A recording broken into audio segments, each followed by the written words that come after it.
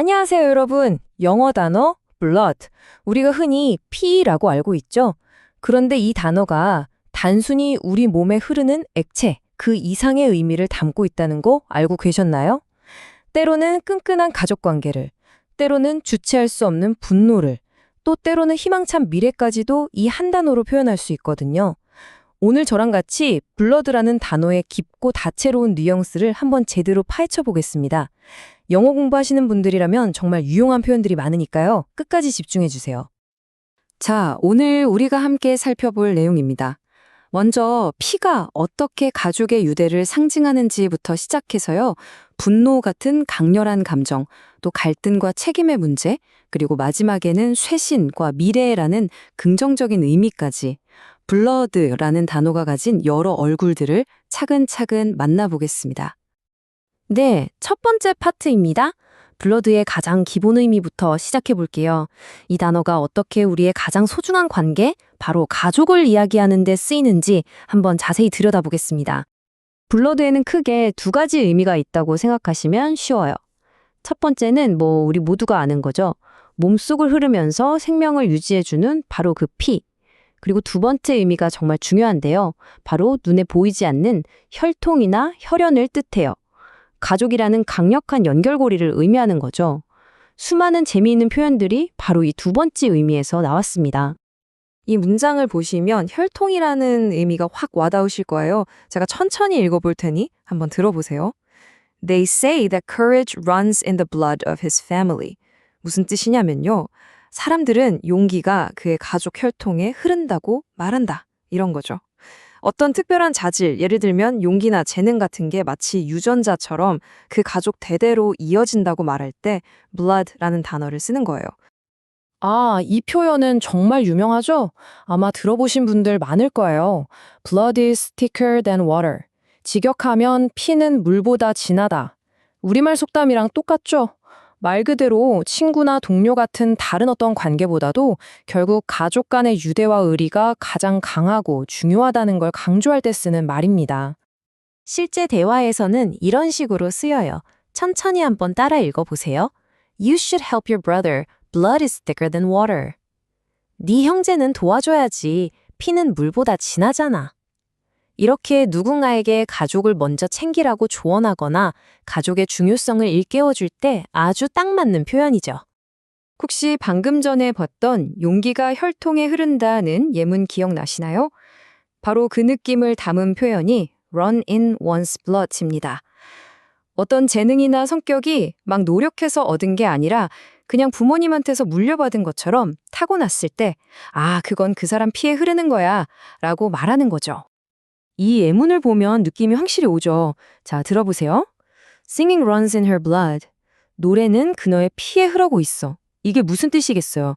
그녀가 노래를 그냥 좀 잘하는 수준이 아니라 이건 뭐랄까 가족 대대로 내려온 타고난 재능이다. 이런 깊은 뉘앙스를 담고 있는 거예요.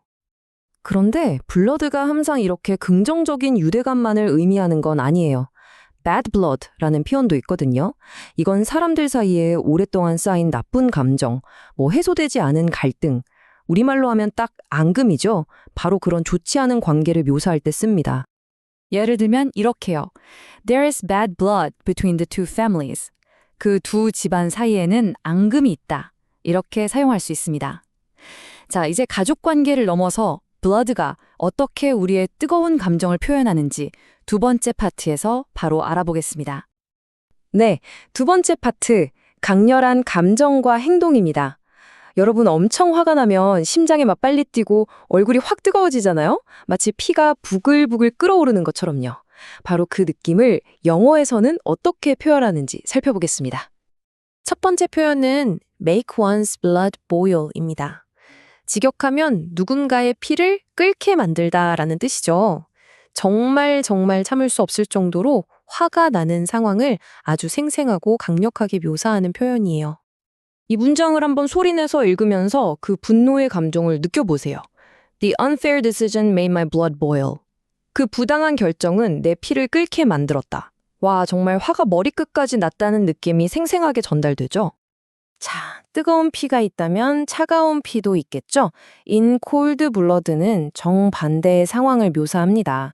이건 뜨거운 분노나 감정 때문이 아니라 오히려 아무런 감정 없이 아주 냉정하고 계획적으로 끔찍한 일을 저지를 때 쓰는 표현이에요. 단어 그대로 아주 서늘하고 차가운 느낌을 주죠. 이 표현의 핵심은 바로 감정의 부재예요.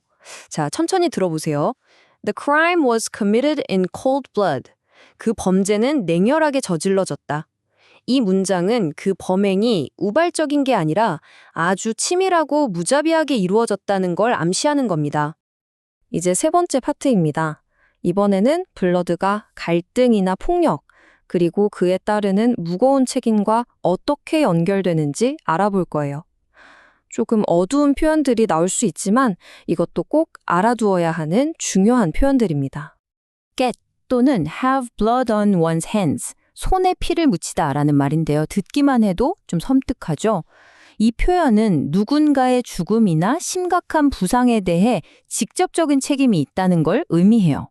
단순한 실수가 아니라 도덕적으로나 법적으로 아주 무거운 죄책감을 나타낼 때 쓰는 강한 표현입니다. 예를 들어 이런 문장처럼요. 직접 총을 쏘지 않았더라도 최종 결정권자에게 책임을 물을 때도 사용됩니다. 천천히 읽어볼게요. The leader has blood on his hands after the war. 그 지도자의 손에는 전쟁 후에 흘린 피가 묻어 있다. 전쟁으로 인한 수많은 죽음의 책임이 바로 그에게 있다는 아주 무거운 뜻이죠. 다음 표현은 be out for blood입니다. 직역하면 피를 찾아 나섰다는 건데요. 누군가에게 복수하기 위해서 또는 어떻게든 해를 입히기 위해서 아주 공격적으로 달려드는 상태, 그야말로 눈에 불을 켠 상태를 묘사하는 말이에요. 근데 여기서 정말 재밌는 점은요. 이 표현이 꼭 실제 폭력을 의미하는 건 아니라는 거예요. 이 예문처럼 스포츠 경기에서도 쓸 수 있거든요. 들어보세요. After the defeat, the team was out for blood. 패배 후에 그 팀은 복수심에 불타올랐다. 다음 경기에서는 무슨 수를 써서라도 이기겠다는 그런 강력한 의지를 보여주는 거죠. 자, 이제 조금 분위기를 바꿔볼까요? 어두운 이야기는 그만하고 마지막 파트에서는 블러드가 어떻게 새로운 생명력, 활기, 그리고 미래에 대한 희망을 상징하는지 알아보겠습니다. 바로 new blood라는 표현입니다. 말 그대로 새로운 피죠. 오랫동안 좀 정체되어 있던 조직에 새로운 아이디어나 에너지를 불어넣는 신입사원, 새로운 멤버를 가리키는 말이에요. 마치 고여있던 조직에 신선한 피를 수혈해서 활력을 불어넣는다는 그런 느낌이죠. 이 문장이 그 의미를 아주 잘 보여줍니다. 천천히 들어보세요. The company needs new blood to grow. 회사가 성장하기 위해서는 새로운 피가 필요하다. 여기서 new blood는 단순히 신입사원을 넘어서 조직의 미래를 이끌어갈 혁신적인 인재를 의미하는 겁니다. 자, 오늘 끈끈한 가족관계부터 주체할 수 없는 분노, 그리고 새로운 희망까지 블러드와 관련된 정말 다양한 표현들을 배워봤습니다. 오늘 배운 표현들 중에 여러분은 어떤 표현을 가장 먼저 써보고 싶으세요? 댓글로 한번 남겨주시면 재밌을 것 같네요.